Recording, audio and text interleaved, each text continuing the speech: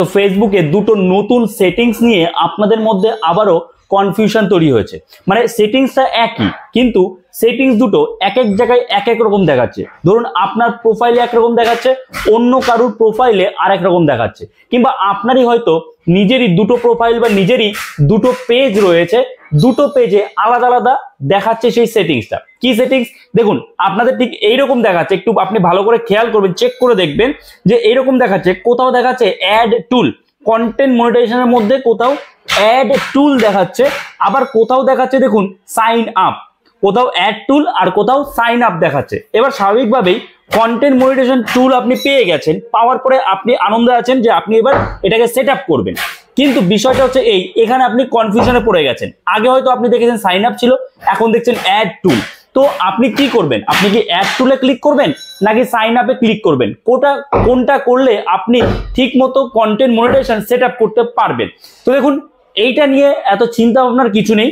দুটো টুলেরই কাজ এক, সাইন আপও যা এবং অ্যাড টুল, এই যে দুটো সেটিংস রয়েছে, শুধু লেখাটা আলাদা রয়েছে। এটা নিয়ে ভাবনা চিন্তার কিছু নেই। আপনি সাইন আপে ক্লিক করলেও যে যে অপশন পাবেন কন্টেন্ট মনিটাইজেশন চালু করার জন্য, ঠিক তেমনি অ্যাড টুলে ক্লিক করলেও সেম অপশন পাবেন। এবার ব্যাপারটা কি, এটা আলাদা দেওয়ার কারণ কি? ফেসবুক কিন্তু কন্টিনিউয়াসলি তাদের প্ল্যাটফর্মে বিভিন্ন রকম চেঞ্জেস আনে, বিভিন্ন রকম আপডেট দেয়। এবার এই যে কারুর প্রোফাইলে অ্যাড টুল বা আপনারই নিজেরই দুটো পেজ রয়েছে, দুটো প্রোফাইল রয়েছে, সেখানে মনিটাইজেশন টুল চলে এসছে, সেখানে রয়েছে কোথাও অ্যাড টুল, কোথাও সাইন আপ। তো যে পেজে অ্যাড টুল এসছে সেখানে অ্যাড টুলের আপডেট এসছে, কোথাও সাইন আপ এসে সেখানে সাইন আপের আপডেট এসে।